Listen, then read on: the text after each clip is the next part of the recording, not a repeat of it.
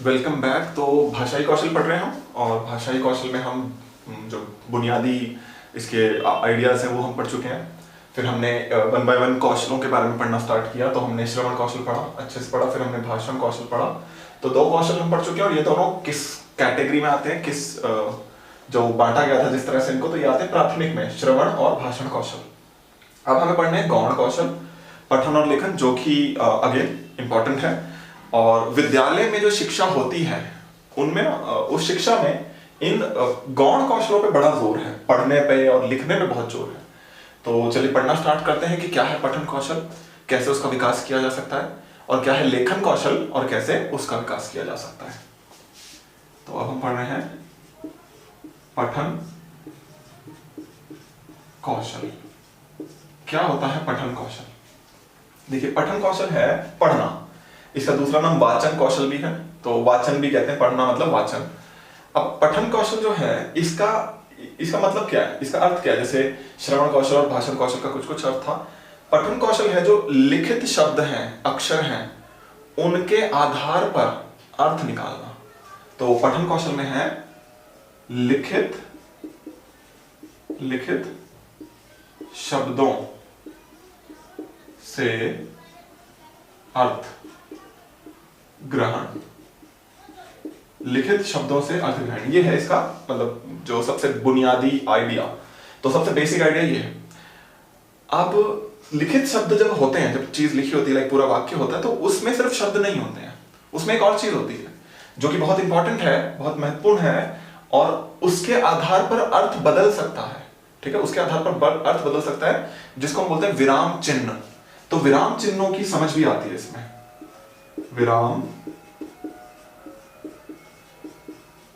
चिन्हों की समझ। तो विराम चिन्हों की समझ भी आती है पठन कौशल में। जैसे कॉमा है जिसको अल्प विराम कहते हैं, तो वो अल्प विराम जहां पे लगेगा उसके आधार पर वाक्य का अर्थ बनता है। ठीक है, तो अल्प विराम के आधार पर वाक्य का अर्थ बनता है। पूर्ण विराम है, प्रश्नवाचक है, और भी बहुत सारे हैं, विस्मयादि बोधक है। तो ये सब क्या है? ये सब विराम चिन्ह है, और विराम चिन्हों पर भी अर्थ निर्भर करता है। तो अर्थ को समझना सिर्फ लिखित शब्दों के आधार पर नहीं होता, लिखित शब्दों के साथ साथ विराम चिन्हों की समझ के आधार पर अर्थ निकाला जाता है। तो हमें बच्चों को यही समझाना है कि लिखित शब्दों को पढ़ो, उससे अर्थ निकालो, ठीक है, बट विराम चिन्हों के आधार पर अर्थ निकालो। ठीक है, फिर जब बच्चे पढ़ते हैं तो पढ़ने से नए नए शब्द आएंगे पाठ के बीच में। जो भी वो वाक्य पढ़ेंगे, जो भी वो पैसेज पढ़ रहे हैं, उसके बीच में क्या है, नए शब्द आ रहे हैं।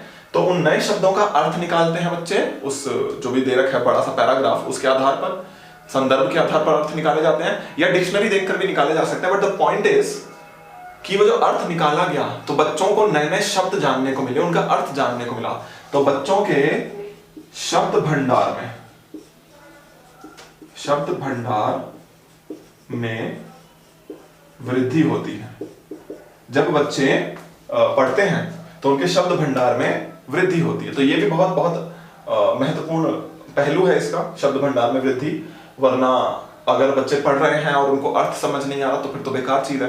अर्थ तब समझ में आएगा जब विराम चिन्हों की समझ होगी और वो शब्द उनको पता होंगे जो वहां लिखे गए हैं। ठीक है, तो ये तो था अर्थ क्या है पठन कौशल का।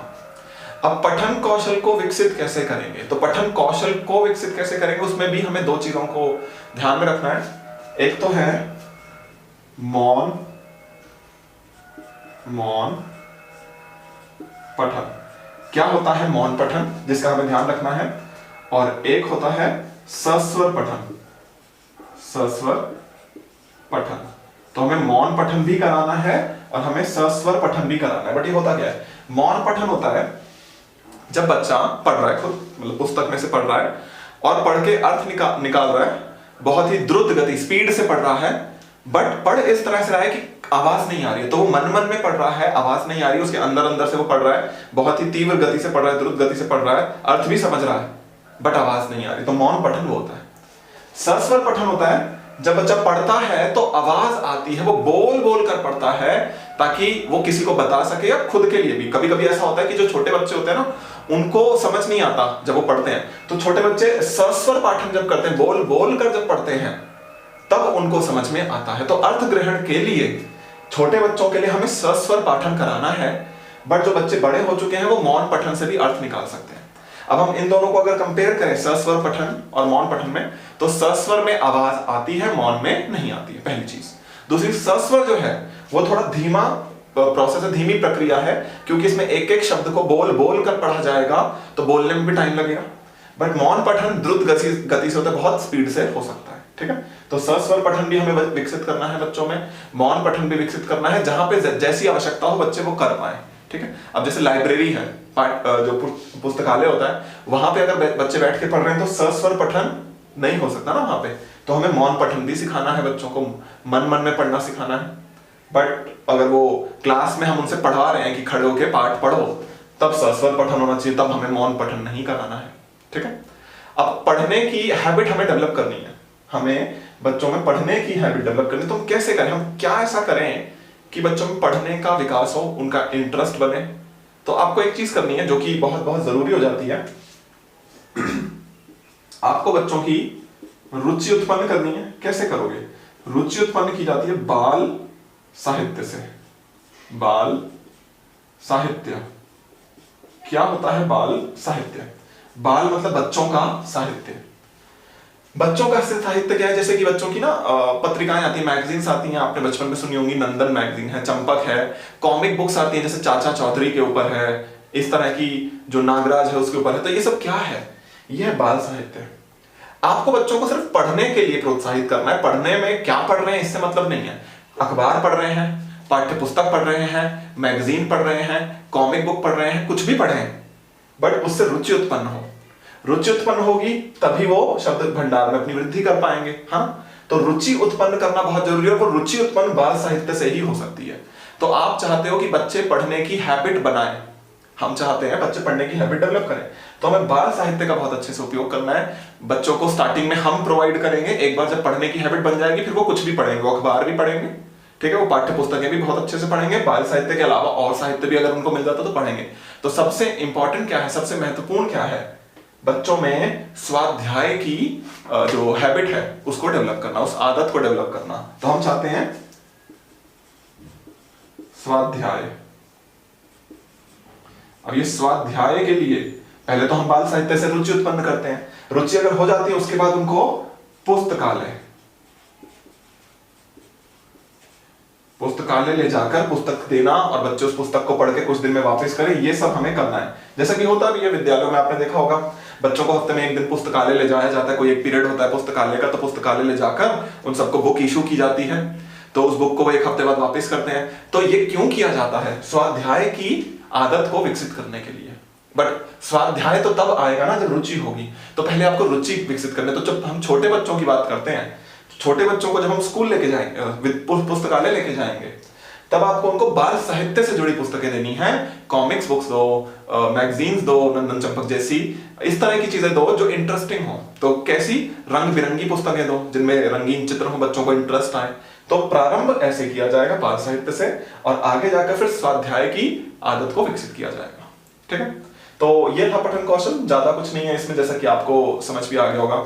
मौन पठन को विकसित करना है, सस्वर पठन को विकसित करना है, पुस्तकालय की बच्चों को स्वाध्याय की आदत को विकसित करना है, रुचि उत्पन्न करनी है, विराम चिन्हों की समझ और लिखित शब्दों का अर्थ निकालकर बच्चे उसको पढ़ पाए, समझ पाए जो कहा गया है, ये इंपॉर्टेंट है। तो अर्थ ग्रहण का कौशल है ये भी, इसलिए यहाँ पे अर्थ ग्रहण बहुत इंपॉर्टेंट है। और अर्थ ग्रहण का कौशल और कौन सा था? श्रवण कौशल, ये भी अर्थ ग्रहण का कौशल है। भाषण कौशल जो था वो अभिव्यक्ति कौशल है, और अभी हम दूसरा अभिव्यक्ति कौशल पढ़ेंगे जो गौण कौशल है, बट अभिव्यक्ति कौशल है, और वो है सबसे अंत वाला लेखन कौशल।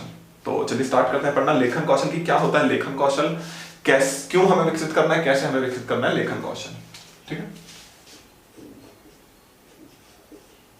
लेखन कौशल, तो क्या होता है लेखन कौशल? जैसे कि नाम से पता चल रहा है, बच्चे लिखेंगे। क्या लिखेंगे? और लिखना क्या होता है? देखिए, लिखना है जैसे कि बोलना था, भाषण कौशल था, अभिव्यक्ति जो हमारे मन में है।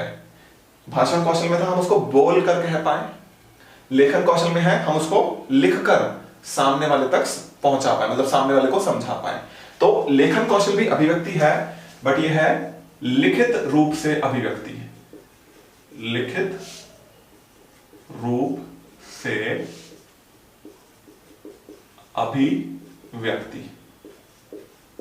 तो आप अभी भी अपने आप को अभिव्यक्त कर रहे हो, बट कैसे कर रहे हो? लिखित रूप से। तो आप अपनी बात कह रहे हो लिखित रूप से। भाषण कौशल में क्या करते थे? भाषण कौशल में बच्चे अपनी बात को कहते थे। कहते कैसे थे? अर्थपूर्ण वाक्य बनाकर। बट यहाँ पे अर्थपूर्ण वाक्य में साथ में हाव भाव वगैरह भी आते थे, आरोह अवरोह भी आता था। तो यहाँ क्या आएगा उसकी जगह? अर्थपूर्ण वाक्यों का निर्माण तो आएगा। तो यहाँ पे बच्चे लिखित में अर्थपूर्ण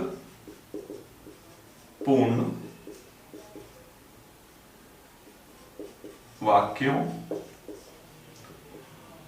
का निर्माण करते हैं। तो बच्चे खुद अर्थपूर्ण वाक्यों का निर्माण करते हैं। कर दिया उन्होंने अर्थपूर्ण वाक्यों का निर्माण। अब उन अर्थपूर्ण वाक्यों में है क्या? वो सिर्फ शब्द नहीं होंगे, शब्दों के साथ साथ, देखो शब्द तो होंगे ही होंगे, बट शब्दों के साथ साथ विराम चिन्हों का प्रयोग किया गया होगा। क्योंकि जैसे भाषण कौशल में तो हम अपनी बात कहने के लिए आरोह और अवरोह का उपयोग करते थे, जो वाणी का उतार चढ़ाव है।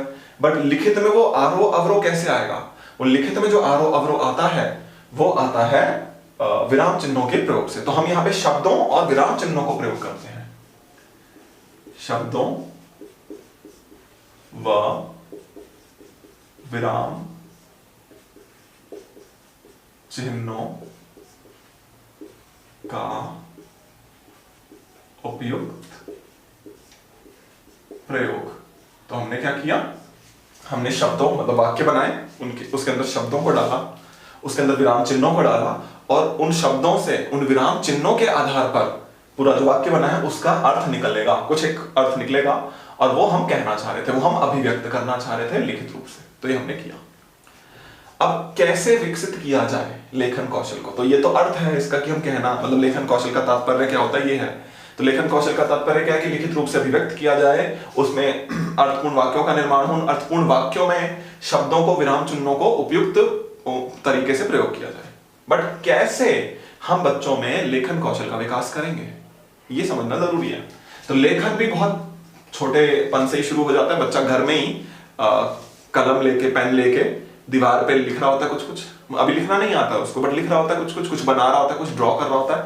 तो लेखन कौशल के विकास में सबसे पहले जो होना चाहिए वो है सूक्ष्म गतिक कौशलों का विकास। तो लेखन कौशल का प्रारंभ कहां से होता है? सूक्ष्म गतिक कौशलों के विकास से प्रारंभ। इसका क्या मतलब है सूक्ष्म गतिक कौशलों के विकास से प्रारंभ? देखो, कौशल, हमारे जो शरीर है उसमें दो तरह के कौशल होते हैं। एक होता है सूक्ष्म गतिक कौशल और एक होता है स्थूल गतिक कौशल। अभी सूक्ष्म गतिक कौशल, जिनको इंग्लिश में कहते हैं फाइन मोटर स्किल्स, ये क्या होते हैं? आप वो काम करते हो अपनी छोटी मांसपेशियों से, जो भी काम करते हो तो उसको फाइन मोटर स्किल कहते हैं। जैसे कि उंगलियों का उपयोग करके लिखा जाता है, तो उंगलियों का उपयोग करके जो लिखना है वो क्या है? फाइन मोटर स्किल, सूक्ष्म गतिक कौशल। और जिनमें बड़ी मांसपेशियां यूज होती हैं आपके शरीर की, जो काम करने के लिए आप बड़ी मांसपेशियों का उपयोग करते हो, उसको बोलते हैं स्थूल गतिक कौशल। स्थूल मतलब बड़ी मांसपेशियां, तो उसको बोलते हैं ग्रॉस मोटर स्किल। तो लिखना जो है वो एक सूक्ष्म गतिक कौशल है, और उससे पहले हमें बच्चों की उंगलियों को डेवलप कराना है। तो उससे रिलेटेड गतिविधियां कराई जाती हैं, मतलब प्राइमरी, जो प्री प्राइमरी स्कूल होता है ना, प्ले स्कूल में, उसमें ये सब कराया जाता है। तो बच्चों को फिंगर पेंटिंग, मतलब उंगलियों पे रंग लगा के बच्चे पेंटिंग बना रहे हैं, और बच्चे मिट्टी से खेलते हैं। मिट्टी से खेलने से भी ना सूक्ष्म गतिक कौशलों का विकास होता है। तो मिट्टी नहीं भी है तो क्ले है, तो क्ले से बच्चे खेल रहे हैं, उससे सूक्ष्म गतिक कौशलों का विकास होगा। तो ये चीजें हैं, मतलब प्रारंभ में जो होगा बच्चे के लिखने का वो होगा सूक्ष्म गतिक कौशलों के विकास के बाद। तो अगर बच्चे के सूक्ष्म गतिक कौशल विकसित नहीं है तो आप उसको लिखना नहीं सिखा सकते। लिखना तो मतलब हाथों का उपयोग तो होगा ना, सिर्फ दिमाग में बच्चे ने सेंटेंस बना लिया तो उससे लिख तो नहीं पाएगा। तो प्रारंभ कहां से होगा? यहां से। अब फिर प्रारंभ में हम बच्चों को जब वो लिखना सीख रहे होते हैं तो हम क्या करते हैं? हम उनको सीधी रेखाएं, तिरछी रेखाएं सिखाते हैं। तो सीधी, तिरछी रेखाओं व वक्रों का निर्माण। ये क्या होता है? सीधी तिरछी रेखा है तो आप समझते हो ऐसे, ये सीधी रेखा है और ये तिरछी रेखा है। तो ये सीधी रेखा है, ये भी सीधी रेखा है, बट ये तिरछी रेखा है, तो इसका निर्माण करना सिखाते हैं। बट वक्रों का निर्माण, ये वक्र है, ये वक्र है, ये वक्र है, ये वक्र है। क्योंकि जैसे बच्चे को क लिखना है तो क कैसे लिखेगा, एक सीधी रेखा ऐसे, मैं यहां लिख के दिखाता हूं, फिर एक सीधी रेखा ऐसे, फिर यहां पे एक वक्र ऐसे, और यहां पे एक वक्र ऐसे। तो बच्चों को हम लिखना सिखाने से पहले रेखाएं बनाना, वक्र बनाना सिखाते हैं, ठीक है। तो बच्चा सीधी रेखाओं, तिरछी रेखाओं, वक्रों का निर्माण करना सीखे और उसके बाद लिखना सीखे। फिर वो बच्चा जब लिखना सीखेगा तो अक्षर बनाना सीखेगा, फिर शब्द बनाना सीखेगा, फिर वाक्य बनाना सीखेगा। इस तरह से क्रम में चलता रहेगा। अब बच्चा जो शब्द लिख रहा है, यहाँ पे ये भी इंपॉर्टेंट है कि जो शब्द लिख रहा है, जो पूरा बना रहा है, जिसको हम बोलते हैं वर्ण, जैसे मैंने क बना के दिखाया, तो यहाँ पे हो क्या रहा है, बच्चा सीख रहा है वर्णों का निर्माण, वर्णों का निर्माण करना सीख रहा है। देखो वर्णों से ही तो आगे फिर शब्दों पे जाएगा ना, शब्दों से ही तो आगे वाक्यों पे जाएगा। तो वर्णों का निर्माण करना सीख रहा है, तो वर्णों से फिर शब्द लिखेगा। अब शब्दों में होनी चाहिए शुद्ध वर्तनी, शब्द बच्चा लिखना सीख रहा है तो शब्दों में क्या होनी चाहिए, शुद्ध वर्तनी। वर्तनी का मतलब होता है स्पेलिंग। तो देखो बच्चा गलत भी तो लिखता है ना, आगे जाके हम पढ़ेंगे हिंदी में भी, बोलने में भी होता है, लिखने में भी होता है कि बच्चे गलत लिखते हैं, गलत बोलते हैं, मात्राओं की गलती करते हैं, और जो व्यंजन है, स्वर है, उनकी गलतियां करते हैं, बोलने में भी करते हैं और लिखने में भी करते हैं। तो वर्तनी जो है शुद्ध होनी चाहिए। तो पहले बच्चों को तिरछी रेखाओं, वक्रों का निर्माण सिखाओ, उससे पहले फाइन मोटर स्किल डेवलप होनी चाहिए, सूक्ष्म गति कौशल। अच्छा, उसके बाद वर्णों का निर्माण करना सिखाओ, फिर शब्दों का निर्माण करना सिखाओ। और शब्द का मतलब कुछ भी नहीं है, शब्द का मतलब है शुद्ध वर्तनी वाले शब्द। और लिखना एक ऐसा कह सकते हो भाषा कौशल है जो कि बहुत ज्यादा प्रैक्टिस, प्रयास से होता है। तो आपको ना बहुत ज्यादा प्रयास कराना है, बहुत ज्यादा प्रैक्टिस करानी है, तो बच्चों को कुछ भी लिखने दो। मतलब बच्चा, आपने भी देखा होगा बचपन में करते नहीं है, एक पेज पूरा सिर्फ क लिख रहा होता है बच्चा, एक पेज पूरा क लिख रहा होता है, फिर एक पेज पूरा ख लिख रहा होता है। तो मतलब पूरा पेज जिसमें एक लाइन में 10 बार लिखा है, और ऐसे 100 बार बच्चा क लिखता है। तो बच्चे को ये क्या कराया जा रहा है, प्रयास, मतलब बार बार प्रैक्टिस कराई जा रही है। और ये बहुत जरूरी है, क्योंकि लेखन कौशल बिना प्रयास के तो हो नहीं सकता। इसमें ना, क्योंकि बहुत ज्यादा प्रैक्टिस लगती है। ये स्किल ही ऐसा है, ये जो लैंग्वेज स्किल की अगर हम बात करें, लेखन कौशल की, भाषाई कौशलों के बाकी सबके कंपैरिजन में, बाकी सबकी तुलना में, ये वाले में सबसे ज्यादा प्रैक्टिस की जरूरत पड़ती है, ठीक है। तो इसलिए हमें बहुत प्रैक्टिस करानी पड़ती है।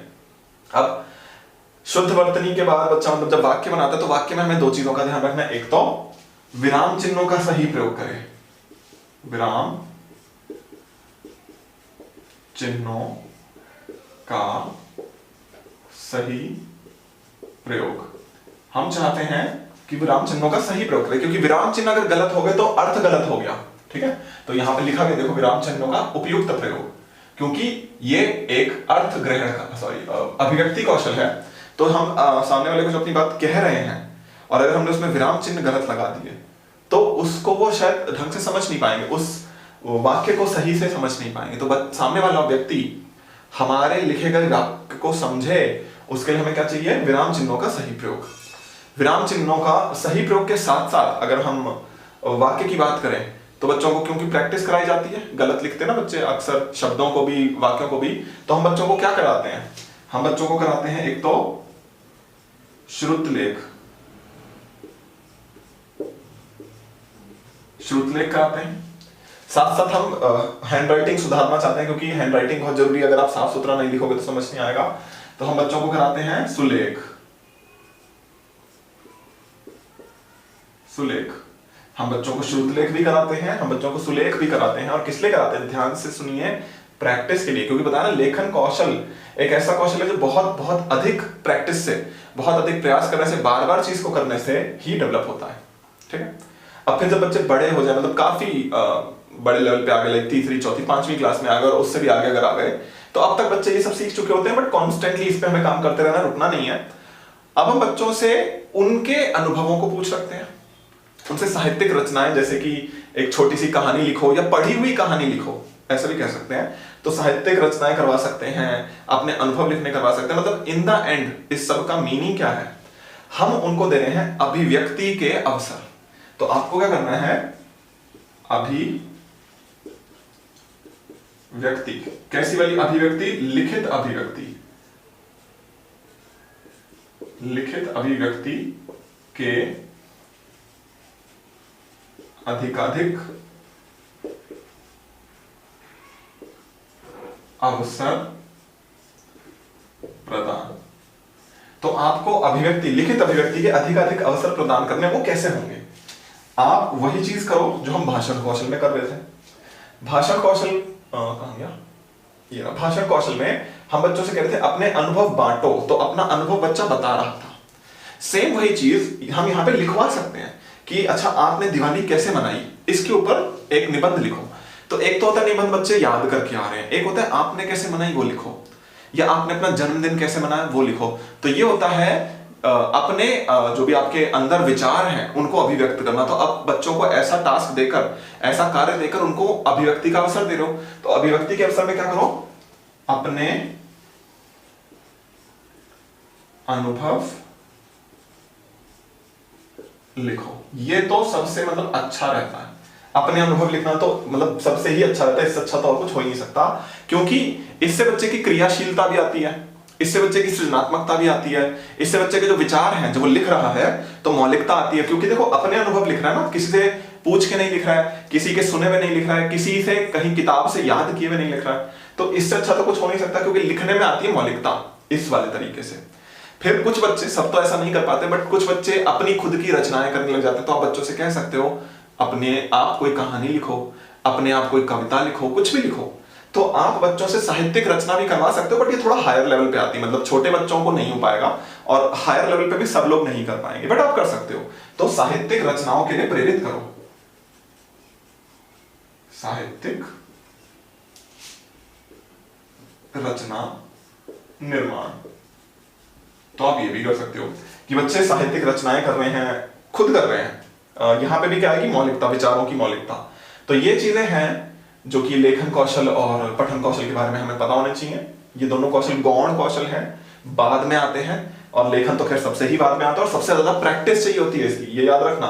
वक्रों का निर्माण, रेखाओं का निर्माण, वर्णों का निर्माण, फिर उसके बाद शब्दों का निर्माण, उसमें शुद्ध वर्तनी, फिर वाक्यों का निर्माण, उसके अंदर विराम चिन्हों का प्रयोग, श्रुतलेख सुलेख द्वारा सुधार, मतलब बहुत प्रैक्टिस लगती है। तो ये बहुत ज्यादा प्रैक्टिस लेता है।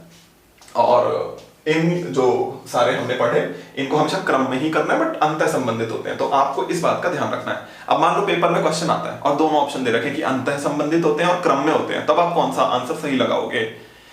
क्रम में होते हैं इसका मतलब ये नहीं कि पहला हो रहा है तो बाकी तीन नहीं होंगे।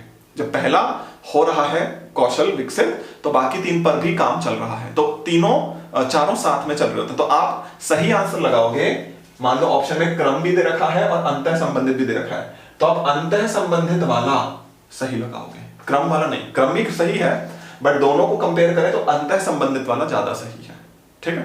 बट जब प्रारंभ करते हैं हम, प्रारंभ में हमेशा क्रम से ही करना है। सबसे पहले सुनाओ वो लैंग्वेज, वो भाषा जो हम बच्चों में विकसित करना चाहते हैं, ठीक है। तो यहाँ पे खत्म होते हैं आपके भाषा कौशल का जो थ्योरेटिकल पार्ट था, सैद्धांतिक पार्ट जो हमें पढ़ना था वो हमने पढ़ लिया, सैद्धांतिक भाग इसका। और अगली वीडियो में हम मिलेंगे और डिस्कस करेंगे इसके ऊपर प्रश्न, ठीक है। तो आप अपना ये सब रेडी कीजिए, मिलते हैं आपसे नेक्स्ट वीडियो में और डिस्कस करते हैं भाषा कौशल के ऊपर मल्टीपल चॉइस क्वेश्चन।